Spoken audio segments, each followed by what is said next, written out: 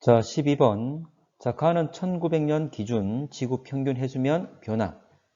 쭉 흘려보면 증가되고 있음을 표현하고 있는 거지. 자, 나는 지난 40여 년 동안 한반도 주변 해수면의 변화 모두 다 플러스 값을 가지고 있을 거니까 모두 다 증가됐음을 알 수가 있지. 우리나라 주변도. 자, 문제 갑시다. 기억. 해수면 상승의 주요 원인. 자, 기본적으로 지구 온난화되게 되면 해수면이 증가되게 되는데, 자, 이 원인 자체는 원래 이런 거였죠. 빙하가 녹아서 녹은 물들 결과적으로 흘러서 바다로 흘러가면서 해수 양 자체가 늘어나는 거지.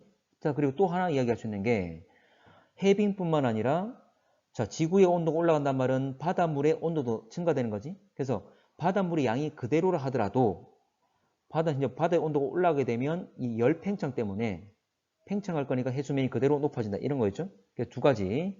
해빙이 늘어나서 해수 양 자체가 늘어나는 것, 그리고 온도 증가로 인해서 열 팽창으로 인해서 부피가 늘어나는 것. 이 두 가지죠. 강수량하고는 상관없지. 자, 니은. 자, 서해안의 해수면 상승률은 지구의 평균 해수면 상승률보다 작다. 지금 서해안 값은 1.0이야. 당연히 주변 1.4, 동해안은 1.4, 남해안은 3.4, 뭐 제주도 연안은 5.1, 뭐 서귀포 주변에 뭐 6대 있습니다. 어쨌든 딴 데보다 현재 특히 낮은데, 일단 전 세계적인 값을 한번 따져보면, 자, 지금 나가 뭐랬냐면 지난 40여 년 동안 그랬어. 그러니까 1960년 이때부터 쭉 보면 되겠지. 일단 기본적으로 나와 있는 게 2000년 거의 중반까지니까 1960년 이후부터 쭉 보게 되면, 자, 지금 볼게요. 예를 들어 2000년까지만 보겠습니다. 1960에서 2000년까지. 자, 보면 해수면은 거의 1960년에는 10 정도였다가, 자, 그리고 2000년에는 한 17 이 정도 될 거야. 어쨌거나 지금 전 세계적으로 1960에서 2000년까지 거의 40년 동안 5cm 이상 증가됐음을 표현해주고 있는 거지. 그러면 전 세계적으로 지난 40여 년 동안 5cm 이상 증가했는데 서해안은 1밖에 안 되잖아. 그래서 지구 전체 평균 해수면보다 현재 보면 그 값이 작다는 걸 알 수가 있지. 그래서 작다, 이 말은 맞겠죠. 자, 나에서 해수면 상승 높이가 동일할 경우 아마 이 디귿 때문에 틀린 사람들 있을 건데, 자, 동해안 지역이 침수 면적이 가장 넓을 것이다. 기본적으로 자, 해수면이 높아지게 되면, 자, 육지가 물에 잠기면서 현재 침수 지역, 물에 잠기는 지역들이 생기는 거지. 그걸 말한 거지. 근데 우리나라를 보게 되면 동쪽과 서쪽 중에 동쪽이 더 높죠. 동쪽에 태백산맥이 펼쳐져 있으면서 동쪽이 더 높은 지형을 이루고 있잖아. 그래서 지형적으로 봤을 때 우리나라는 동고 서저의 지형을 가지고 있다 이야기를 합니다. 자, 우리 기압 분포 그걸 말하는 게 아니야. 이건 지형이야, 지형. 우리나라는 동쪽이 높고 서쪽이 낮은 지형을. 자, 그러면 형태를 만약 단면을 자르면 동쪽과 서쪽, 동서 방향으로, 서쪽 동쪽 방향으로 가로 방향으로 자르게 되면 우리나라의 단면은 이렇다는 거지. 잘라서 옆에서 봤을 때 그 단면의 모습은, 지형의 단면의 모습은 이렇다는 거야. 그럼 동쪽이, 오른쪽이 더 높은 상태. 자, 그러면 지금 해수면 높이가 지금 이 파란색이라 하겠습니다. 근데 해수면이 상승하게 되면 이렇게 올라오겠지? 더 위로 올라갔어. 그러면 지금의 해수면보다 아랫지역은 물에 잠긴 거지. 자, 물에 잠긴 지역을 보게 되면 왼쪽엔 서쪽이 훨씬 더 면적이 넓죠? 동쪽은 경사가 급하니까 침수된 지역이 상대적으로 더 좁게 나타나는 거지. 자, 근데 디귿에서는 해수면 상승하면 동해안 지역의 침수 면적이 가장 넓다 그랬어. 이 말은 안 맞지? 동쪽보다는 오히려 서쪽이 더 넓게 나타나겠죠. 그래서 일단 디귿이 틀렸다는 걸 알 수가 있다. 그래서 니은만 맞더라. 이해됐습니까? 자, 넘어가겠습니다. 자, 13번. 자, 이산화탄소 농도가 현재 2배. 어쨌거나 이산화탄소는 온실기체이기 때문에 온실효과가 늘어나게 되고 지구의 기온이 전반적으로 증가되겠지? 지금 여기 나와 있는 값들을 보게 되면 모두 다 플러스 값을 가지고 있어. 그 말은 전 세계적으로, 전 지구적으로 온도가 다 증가된다, 그 말이죠. 근데 그 정도의 차이는 있겠지만 모두 다 증가됨을 나타내고 있습니다. 자, 갑시다. 저위도와 고위도 기온 차이는 대체로 현재보다 증가한다. 자, 저위도와 고위도 중에 저위도 온도 더 높지, 고위도 온도 더 낮지? 그러면 저위도 온도가 위에 있고 고위도 온도가 아래쪽에 있는 거지. 아래에 있는 거지. 자, 근데 기온 변화를 보게 되면, 자, 저위도는 거의 4도씨가 한 4도씨 정도가 최고고 거의 4도씨 정도 증가됐음을 표현하고 있는 거죠. 저위도는 한 4도 정도. 근데 고위도는 2도부터 시작해서 거의 16도까지 증가된 거잖아. 자, 그러면 저위도가 온도 높을 거니까 위에 있고 고위도가 온도 낮으니까 아래쪽에 있는데, 자, 일단 온도, 기본적인 온도는, 근데 증가는 위에 있는 저위도는 4도밖에 증가 안 되는데 밑에 있는 고위도는 2도에서 16도로 훨씬 더 기온 증가가 훨씬 더 크잖아. 그러면 둘의 차이는 줄어든단 말이지.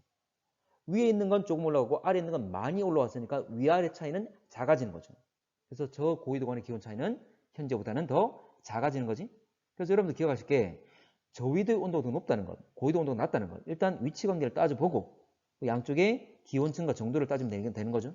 그래서 이거는 감소가 맞겠지. 자, 니은 남반구는 북반구보다 연평균 기온이 더 크게 상승한다. 대체로 봅시다. 자, 남반구 같은 경우에는 한 4도에서 6도 증가했고, 자, 북반구는 자, 6도에 4도에서 12도 또는 4도에서 16도, 물론 2도도 있지만 대체로 증가된 정도는 훨씬 더 북반구가 많이 증가됐죠? 알겠지? 그래서 남반구는 북반구보다 연평균 기온이 더 크게 상승? 아니지. 북반구가 더 큰 값들을 가지고 있으니까 북반구 더 클 것이다 라고 예상할 수가 있겠지. 됐죠? 자, 넘어가겠습니다. 자, 디귿. 남극 주변의 기온의 연교차. 자, 연교차는 높은 온도일 때가 여름, 낮을 때가 겨울이죠. 근데 남극 주변이니까 남반구잖아. 남반구는 북반구와 계절이 서로 반대라는 건 알고 시작을 해야 되겠지. 자, 그러면 6월과 7월 달에 북반구는 여름이지만 남반구는 겨울 되는 거죠. 그리고 1월 달, 12월 달은 북반구는 겨울 되는 거지만 남반구는 여름 되는 거지. 그래서 겨울과 여름 일단 이걸 결정해 놓고 봐야 되겠지. 자, 갑시다. 자, 그러면 기본적으로 여름 온도가 더 위에 있고 겨울 온도가 더 아래쪽에 있는 거잖아. 여름 온도가 더 높을 거니까. 근데 자, 여름에는 자, 커봤자 한 4도 정도 증가했고 4도 정도. 자, 북극 주변에. 근데 겨울에는 남극이지. 쏘리. 자, 여름에 남극 주변은 많이 해봤자 4도 정도 올라갔고. 근데 아래쪽에 있는 겨울 온도는 현재 겨울 같은 경우에는 거의 6도까지 올라왔잖아. 6도? 그러면 여름보다는 겨울 온도가 더 많이 올라왔지. 위에 있는 애보다는 아래에 있는 애가 아래쪽에 있는 애가 더 많이 올라왔잖아. 둘의 차이는 더 작아지겠지. 그래서 여름 온도의 증가보다는 아래쪽에 있는 여름 온도의 증가보다는 밑에 있는 겨울 온도의 증가가 더 크기 때문에 여름과 겨울의 온도차는 더 작아지는 거지. 그럼 연교차는 작아진단 말이죠. 그래서 현재보다 감소한다? 맞는 말 되겠지. 그래서 겨울의 온도 증가가 더 크니까 답은 디귿만 맞겠죠. 자, 16번. 자, 16번은 지금 상자 속에 지금 처음에는 아무것도 안 넣고 나중에 CO2 넣고 또 양을 늘리는 이런 과정이 있죠. 자, 갑시다. 자, 지금 보면 CO2는 온실기체로서 CO2 양이 늘어났단 말은 현재 보면 온실 효과가 커지게 되겠지? 그 말은 기온이 증가된다 그 말이죠. 왜냐하면 CO2는 온실기체로서 적외선을 잘 흡수하잖아. 그래서 적외선 등을 켜놨으니까 이 적외선 등으로부터 나오는 적외선을 훨씬 더 많이 흡수할 거니까 온도가 더 많이 증가할 겁니다. 그래서 현재 CO2가 없는 나, 그리고 CO2가 들어간 다, 그 CO2 양을 더 늘린 라, 순차적으로 온도가 더 많이 증가되겠지. 그래서 기억 같은 경우에는 다보다도 또 온도가 더 많이 증가될 겁니다. 자, 갑시다. 적외선 등을 상자 아래에서 켠 것은 지표 복사를 나타낸 것이다. 맞는 말이죠? 현재 보면 우리 지표가 있고 그 위에 대기가 있는 거잖아. 그래서 지표에서 나오는 방출되는 지표 복사 대부분이 적외선이지. 이 적외선을 위에 있는 대기가 그대로 흡수하게 되는 거잖아. 그래서 그거를 구현하기 위해서 일부러 적외선 등을 아래에 두고 현재 보면 공기가 들어있는 상자를 위에 둔 거지. 그래서 공기가 들어있는 이 상자는 대기층이 되는 거고 밑에 있는 적외선 등은 지표가 되겠죠. 그래서 지표 복사를 표현한 거지. 맞는 말이고. 자, 상자 안의 기체가 적외선 흡수량은 상자 안의 기체의 적외선 흡수량, 나와 다를 비교했는데 나에도 CO2가 있겠지만 공기 중에 CO2가 어느 정도 존재를 할 거니까. 근데 다에는 CO2를 추가적으로 더 넣어준 거잖아. 그래서 나보다 다의 CO2 양이 더 많을 겁니다. CO2 양이 많을 거니까 현재 보면 적외선 흡수가 더 많겠지. 온실효과가 더 크겠죠. 그래서 적외선 흡수는 나가 다보다 많다. 아니지, 다가 더 많아서 기온 역시 더 많이 증가했잖아. 그래서 나가 더 적지, 다가 더 많다는 것 알고 있을 겁니다. 자, 디귿. 자, 기억은 15.1보다 크다.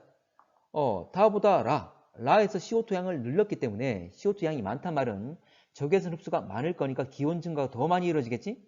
그래서 다의 15.1보다는 적외선 흡수, 에너지 흡수가 많을 거니까 15.1보다는 더 많이 증가했을 것이다. 15.1보다 크다? 맞는 말이죠. 답은 기억 디귿 3번 되겠지. 자, 17번. 자, 지구 온난화 원인 결과. 자, 지구 온난화 현재 원인 제시했고 그에 따라서 변화되는 여러 가지 내용들을 쭉 순차적으로 제시를 했습니다. 자, 볼게. 자, 가로 인해 해수의 이산화탄소 용해도는 감소한다. 자, 소금 같은 고체 같은 경우에는 온도가 높을수록 잘 녹잖아. 그 용해도가 증가되는 거지. 근데 기체 같은 경우에는 우리가 배웠던 CO2 또는 O2 모두 다 마찬가지인데 기체 용해도는 온도가 낮을수록 잘 녹지. 그러면 가는 뭐냐면 해수의 온도가 상승한대. 물의 온도가 상승한대. 그러면 기체인 CO2는 잘 안 녹겠지. 오히려 용해도는 감소하겠죠. 다시 말하지만 기체의 용해도는 온도의 반비례 관계를 가진다. 그럼 온도가 상승하게 되면 CO2는 잘 녹아있지 못하고 근데 다 많이 빠져나와서 대기로 이동하게 되겠지. 어쨌거나 용해도는 감소한다. 맞는 말이지?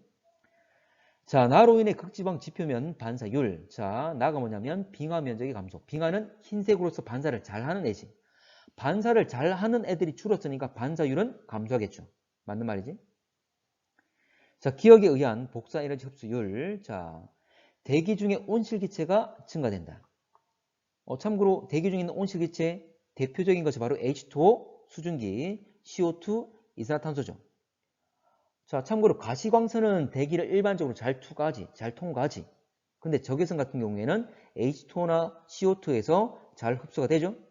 자, 그래서 기억에 의한 복사에너지 흡수율은 적외선이 가시광선보다 많다. 맞는 말이죠? 다시 말하지만 가시광선은 대기를 잘 통과한다, 잘 투과한다. 됐죠? 자, 그래 답은 기억과 니은 3번 되겠죠. 자, 기억, 니은, 디귿 5번 되겠죠? 자, 됐나? 자, 22번. 자, 22번 가겠습니다. 자, 이거 아까 앞에 있는 문항과 좀 비슷한데. 자, 이산화탄소 농도 현재 2배 됐을 때 기온 변화 쭉 나와 있는데 어쨌거나 플러스 값을 가진단 말은 기온 증가고 마이너스 값은 감소인데 모두 다 플러스 값을 띄고 있죠? 그 말이 전반적으로 다 온도가 증가되는데 위도에 따라서 약간의 차이가 있을 것이다. 자, 가에서 지표 기온 변화량. 자, 북반구가 남반구보다 크다. 자, 일단 가의 것만 보게 되면 자, 북반구. 자, 적도 위쪽 북반구는 2도에서 18도까지 증가했지? 그리고 남반구 같은 경우에는 2도에서 6도 정도 증가했습니다. 북반구가 더 많이 증가됐지? 그래서 기온 변화량은 북반구가 남반구보다 크다. 맞는 말이지. 자, 또 온난화 정도. 온난화 정도란 말이 기온 증가 정도를 말하는 거잖아. 자, 고위도 지역이 저위도 지역보다 크다. 자, 고위도와 저위도 한번 봅시다. 자, 고위도 보게 되면 자, 고위도. 자, 고위도는 한 2도에서 18도 정도. 북반구든 남반구든 합친 거야. 북반구든 남반구든 한 2도에서 18도 정도 증가하고. 자, 저위도 지역은 한 2에서 4도밖에 증가 안 하죠. 그래서 저위도보다는 고위도 지역의 증가율이 훨씬 더 크다는 걸 알 수가 있지. 그래서 온난화 정도는 기온 증가 정도는 고위도 지역이 저위도 지역보다 크다.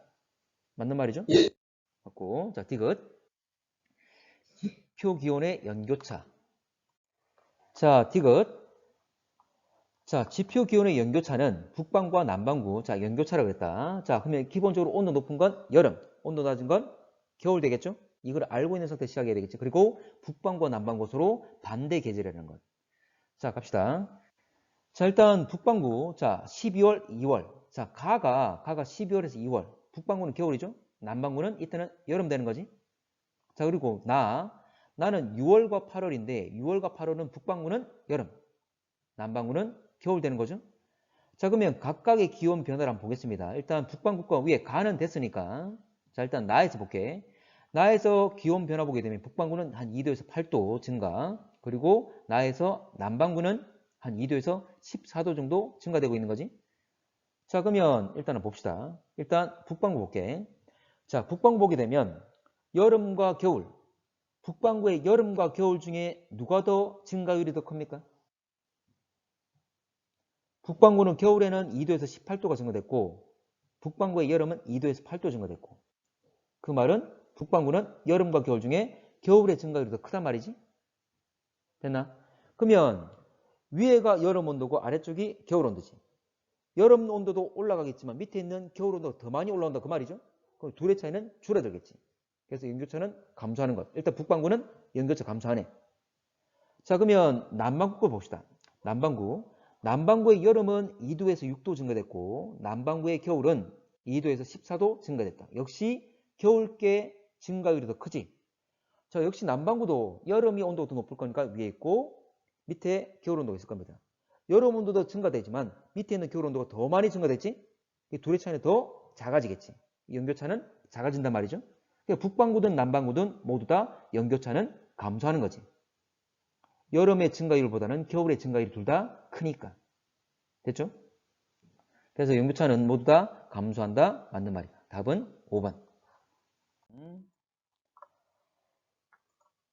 자, 별빛 스펙트럼 분석 통하여 직접 알아낼 수 있는 내용. 특히 별빛 스펙트럼이라는 것은 이거는 흡수선을 말하는 거죠. 흡수 스펙트럼.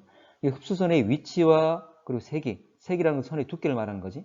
그래서 이에 따라서 표면 온도, 별의 표면 온도를 알 수 있는 거죠.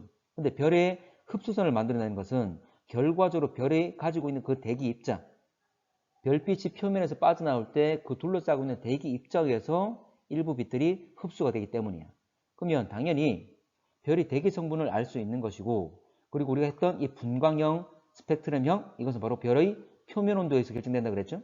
그래서 별의 표면 온도 이 두 가지를 알 수 있는 거지. 그래서 대기 입자들이, 현재 별의 대기 입자들이 별 표면에서 나오는 빛을, 일부 빛들을 흡수해서 흡수는 생기는 거고, 자, 이 대기 입자들의 원자와 분자, 어떤 성분인지 따라서 흡수하는 파장 때 흡수하는 정도가 달라지기 때문에 흡수선의 위치와 세기가 달라진다 그랬습니다. 답은 D끝과 리을 3번 되는 거죠. 자, 넘어갈게. 4번. 자, 역시 별빛의 스펙트럼, 이건 흡수선을 말하는 거고, 역시 흡수 스펙트럼을. 자, 갑시다. 별의 대기에 존재하는 저온의 기체. 참고로 저온의 기체가 별의 빛을 흡수하는 거지. 자, 그래서 이때 나타날 수 있는 게 바로 흡수 스펙트럼이었지. 연소 스펙트럼이라는 것은 전혀 별에서 나온 빛이 전혀 흡수가 안 당한 상태에서의 그 빛을 우리가 연속 스펙트럼이라는 거지. 쭉 연결된 것, 중간에 흡수되지 않은 것. 그래서 저온의 기체라고 했기 때문에 이거는 흡수 스펙트럼을 말한다. 자, 그리고 방출 스펙트럼은 일부 파장을 내는 거잖아. 이거는 바로 고온의 기체에서 가능합니다. 자, 어떤 기체가 에너지를 흡수해서 아주 고온의 상태, 그 말은 에너지가 높은 상태지.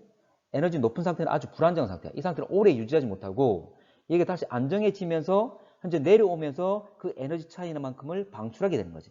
그러면서 특정 파장을 내놓게 된다. 이게 바로 방출선이죠. 그래서 이거는 별의 내부가 아니라 이거는 고온의 기체. 참고로 별의 내부에서 내고 있는 게 바로 실제 보면 별의 표면에서 내고 있는 게 별이 내고 있는 게 현재 모든 에너지, 모든 파장인 연속 스펙트럼이 되겠지.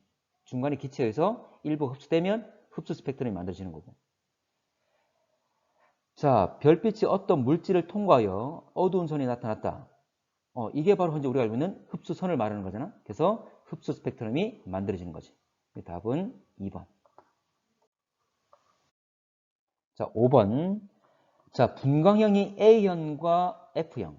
자, 이거는 온도가 서로 다른 거잖아. OBA, FGKM. 됐지? 자, 그래서 A형 온도가 더 높다는 걸 일단 여러분들이 파악을 좀 하고 있어야 되는 거고. 자, 문제 갑시다. 자, 두 별 모두 흡수선이 나타난다. 이 까만 선들이 흡수선이 될 거잖아. 둘 다 흡수선. 까만 선 있죠? 모두 맞고. 자, H선은 카노푸스보다 시리우스에서 강하다. 자, 강하단 말은 자, 선의 두께를 말합니다. 흡수가 많이 이루어지게 되면 선이 더 선명하고 두껍게 나타나는 거고. 그래서 이거는 선의 색이라 표현하는데 지금 두 개를 비교해 보면 자, 시리우스가 카노푸스보다는 훨씬 더 두껍고 선명하지? 훨씬 더 흡수가 잘 이루어지고 이 선의 세기가 강하단 말을 하는 거죠. 선의 폭입니다. 진한 정도와 폭을 말하지. 그래서 시리우스가 더 크다는 걸 알 수가 있더라. 자, 표면 온도는 카노푸스 시리우스보다 높다. 지금 A형과 F형이라는 분광형이 나와 있지. 참고로 A형이 더 온도가 더 높지. 그래서 시리우스가 더 높다는 걸 알 수가 있다. 답은 기억 니은 4번 되겠죠? 자, 6번. 자, 별의 스펙트럼명을 알 때, 자, 기억. 별의 스펙트럼으로부터 알 수 있는 별의 물리량. 일단 이거는 바로 우리가 알고 있는 흡수 스펙트럼인데 관련된 것들은 온도와 분광형과 그리고 색깔, 또 색지수 이런 것도 다 알 수 있는 거죠. 자, 그래서 기본적으로 물리량을 말한다면 일단 온도를 알 수 있는 거고 이 온도와 관련성을 가지는 여러 가지 색지수나 자, 또는 색깔 이런 것들 갖다 추가적으로 알 수 있는 거죠. 자, 별의 반지름을 구하기 위해서 알아야 하는 다른 물리량. 참고로 우리가 광도식을 알고 있지. 자, 광도식. 광도가 뭐냐면 L은 4파이R 제곱 시그마 T의 4승 이렇게 됐던 거지. 결과적으로 광도를 결정하는 것은 반지름과 표면 온도였어. 근데 지금 표면 온도 알고 있는 상태죠. 근데 반지름을 구하라고 했으니까 표면 온도와 어떤 방식으로 광도를 구하게 되면 미지수는 결과적으로 반지름 R만 남는 거잖아. 다시 말하지만 L은 R제곱과 T4승 R과 T에 의해서 결정된다. 광도는. 자, 그러면 R을 물어본다면 T와 L, 광도와 표면 온도를 알고 있으면 R을 구할 수 있다. 그 말이죠. 그 관계에 대해서 내용을 쓰면 되겠지. 됐지? 다시 말하자면 광도 L은 4파이 R제곱 시그마 T의 4승이었습니다. 바로 R제곱과 T4승, 반지름의 제곱과 표면 온도 4승에서 결정되는 거였지. 그 세 개의 관계를 대해서 이야기를 하면 되겠죠. 자, 넘어가겠습니다. 자, 식은 이거였지. 자, 넘어갈게. 자, 8번. 자, 별의 분광형과 흡수선의 색이 어쨌든 그래프에서 흔적 보면 위로 많이 솟을수록 그 부분에 많이 흡수했다. 그 말이 되는 거지. 그 선을. 자, 갑시다. H선은 고온의 별일수록 강하게 나타난다. 지금 H선 수소선을 보게 되면 A형이나 F형에 강하게 나타났죠? 근데 고온, 또 B형이나 O형에서는 더 다시 줄어들고 있잖아. 그러면 고온이 별일수록 강하게 나타난다. 이 말은 틀린 게 되는 거지. 한 점을 다시 감소하는 경향을 띠고 있으니까. 네, 틀렸지? 자, 고온의 별에서 자, 헬륨선이 강하게 나타난다. He 플러스 보게 되면 자, 이 헬륨선을 보게 되면 고온, 왼쪽으로 갈수록 증가되는 그래프 형태를 띠고 있잖아. 그 말은 고온일수록 더 많이 강하게 나타난다. 그 말이 될 거잖아. 그래서 이 말은 맞다가 되겠죠. 자, 왼쪽 갈수록 증가하는 경향을 가지니까. 자, 금속선은 주로 표면 온도가 낮은 별. 자, 금속이라는 것. 여기서 금속에 해당되는 건 칼슘과 철이 되겠지? 자, 칼슘선과 철선 같은 경우에 이들에 의한 흡수선은 주로 오른쪽에 나타나지. 오른쪽에 나타난단 바로 저온인 별에서 주로 나타난다. 그 말이 되겠죠? 그렇지. 그래서 현재 온도가 낮은 별에서 나타난다. 맞는 말 되겠죠. 자, 분자의 흡수선은 모든 별에서 나타난다. 자, 분자란 것은 원자 2개 이상 결합되는 형태가 되겠지? 자, 여기서는 지금 TiO 하나밖에 없습니다. 티타늄 관저에 산소가 결합되어 있는 TiO인데 이거 표현 자체가 좀 틀렸는데 참고로 O는 산소라서 대문자로 써야 됩니다. 원래. 자, 어쨌거나 이 TiO라는 분자, 이 분자에 의한 흡수선은 자, 모든 별에 나타나는 게 아니라 특히 저온인 별에서만 오른쪽에서만 나타나고 있잖아. 그래서 모든 별에 나타난단 말은 틀렸지. 답은 니은 디귿 4번 되겠죠. 자, 9번.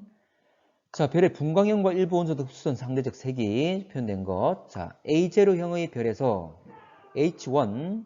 자, H1이라 붙은 것은 중성 상태라고 했어. 이온화가 안 된 거라 그랬다. 자, H1의 흡수선은 Mg2 흡수선보다 강하게 나타난다. Mg2는 자, 1이 중성이고 2는 Mg 플러스. 전자 하나 빠져나가는 그랬죠? 어쨌거나 그냥 이거는 뭐 꼭 몰라도 되고. 자, 갑시다. 자, A0. 자, A0 보게 되면 지금 H1과 Mg2가 있는데 H1이 훨씬 더 큰 값을 가지고 있지? 그 말은 수소에 의한 흡수선이 훨씬 더 강하게 나타난다 그 말이죠. 그래서 이 말은 맞는다 되겠지. 자, G0형은 자, B0형의 별보다 표면 온도가 높다. 자, G0와 B0 참고로 오른쪽 갈수록 온도가 낮아지는 거지. 그래서 B0가 G0보다는 온도가 높은 거지. 뭐 기본적으로 지금 표면 온도가 벌써 이미 나와 있잖아. 그래서 왼쪽이 고온, 오른쪽이 저온. 일단 이미 벌써 온도가 나와 있는 상황이었습니다. 자, K0형은 자, CA2.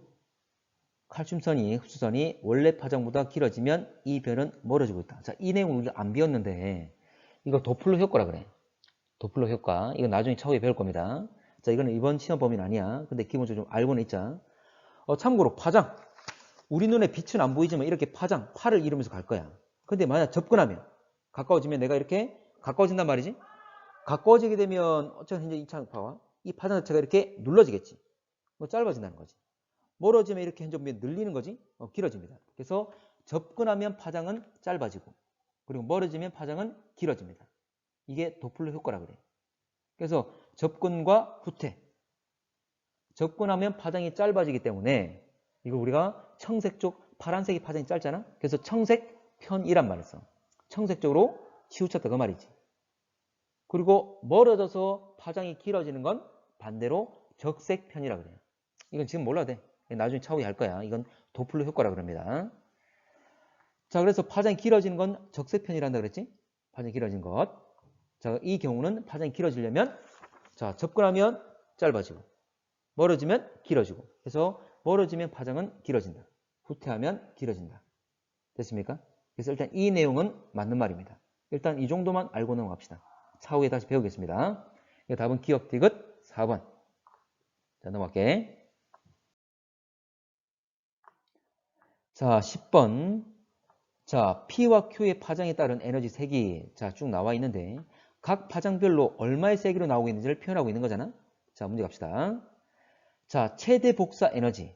파장.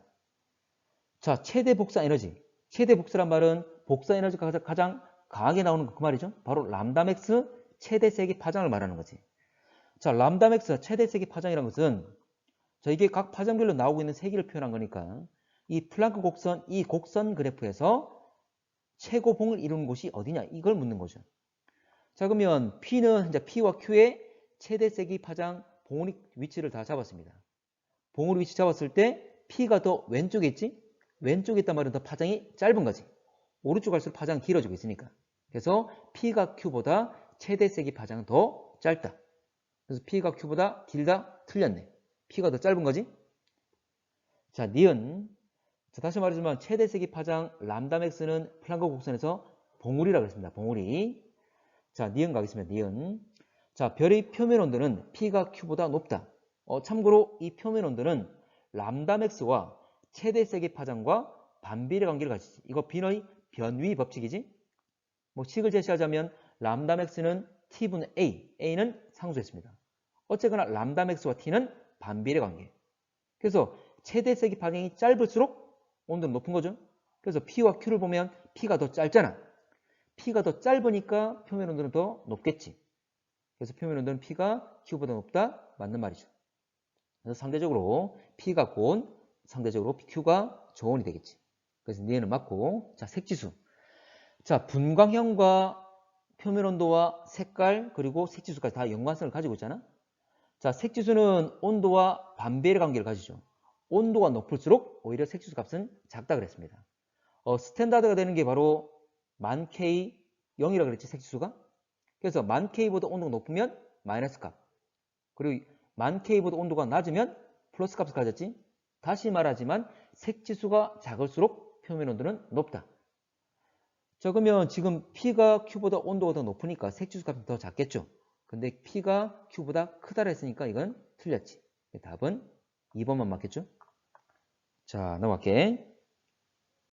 자, 11번. 자, 11번은 우리가 수업 시간에 안 했던 내용이 있어. 자, 이거는 추가적으로 내용을 좀 적으세요. 자, 적으세요. 자, 문제 갑시다. 자, 별의 표면 온도와 크기가 동일한 자, 세 별. 자, 여기서 크기란 것은 바로 별은 구형이기 때문에 여기서 말하는 크기란 것은 바로 반지름 크기, 지름의 크기를 알려주는 거지. 자, 그러면 온도와 반지름이 똑같다 그 말이야.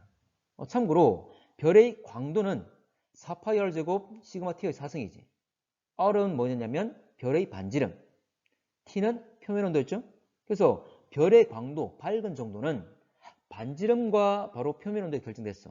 근데 이 반지름과 표면 온도가 똑같잖아. 그 말은 광도가 다 똑같겠지. 그래서 세 별은 모두 다 광도가 동일하다는 걸 알고 시작을 해야지. 자, 갑시다. 자, B의 절대 등급은 겉보기 등급과 같다. 자, 겉보기 등급은 그 별의 실제 거리에서 우리가 그냥 눈으로 관측했을 때 밝기를 그대로 관측했을 때 나타나는 등급, 결정한 등급이고 자, 아무리 밝은 별이라도 멀리 있으면 어둡게 보일 거니까 모두 다 동일한 거리상에 두고 그 밝기를 측정한 걸 절대 등급이라 하지. 이 특정 거리가 바로 10파세기였죠. 자, 근데 B별의 거리, 실제 거리가 10파세기야. 근데 절대 등급도 10파세기 놓고 잴 거야. 두 개의 거리가 똑같잖아. 똑같은 별을 똑같은 거리에 뒀단 말은 똑같은 밝기로 보이겠지. 그래서 B의 절대 등급은 겉보기 등급과 같다. 맞겠죠? 자, A는 C보다 3배 밝게 보인다. 자, A는 C보다. 자, 참고로. 자, 전등이 있는데 이 전등이 멀어지면 어두워 보이겠죠? 맞지? 그러면 A보다 C, A와 C가 같은 밝기이기 때문에 더 멀어져 있는 C가 더 어둡게 보일 거야. 근데 자, 빛이 갈 때 빛은 사방으로 퍼지죠? 면적으로 퍼지게 되는 거지. 자, 이거 생각합시다. 자, 갑시다. 자, 예를 들어서 지금 초록색을 전등이라고 할게. 전등. 자, 전등에서 빛이 나옵니다. 자, 쭉 나오는데 후레쉬. 자, 나와서 A 지역에 빛을 다 받았어.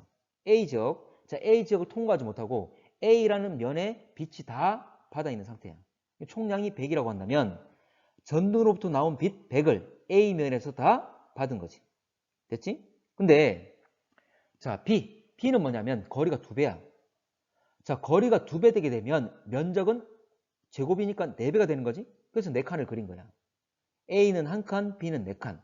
B는 거리가 2배니까 거리의 2배는 면적 그리게 되면 면적은 4배가 되는 거죠. 그래서 B에는 4칸을 그린 겁니다. 근데 초록색 전등에서 빛이 쭉 나왔어. 나왔을 때 이제 A를 통과해서 A를 그냥 다 통과하고 B까지 도달해서 다 비추게 될 거야. 그러면 고루고루 퍼지게 된 빛은 다 25, 25, 25, 25. 한 칸에 25씩 들어가겠지. 자, A는 한 칸에 100이 들어갔고 B는 한 칸에 25가 들어갔잖아. 왜냐하면 면적이 4배가 됐으니까. 자, 근데 우리가 밝기라는 것은 전체를 다 보는 게 아니라 한 지점을 보는 거잖아. 한 지점을. 자, 그러면 A 한 칸, B 한 칸을 비교해야 되겠지? 그러면 A는 한 칸이 100, B는 한 칸이 25, 4분의 1이 됐죠. 면적이 4배가 됐기 때문에 퍼졌으니까. 됐나?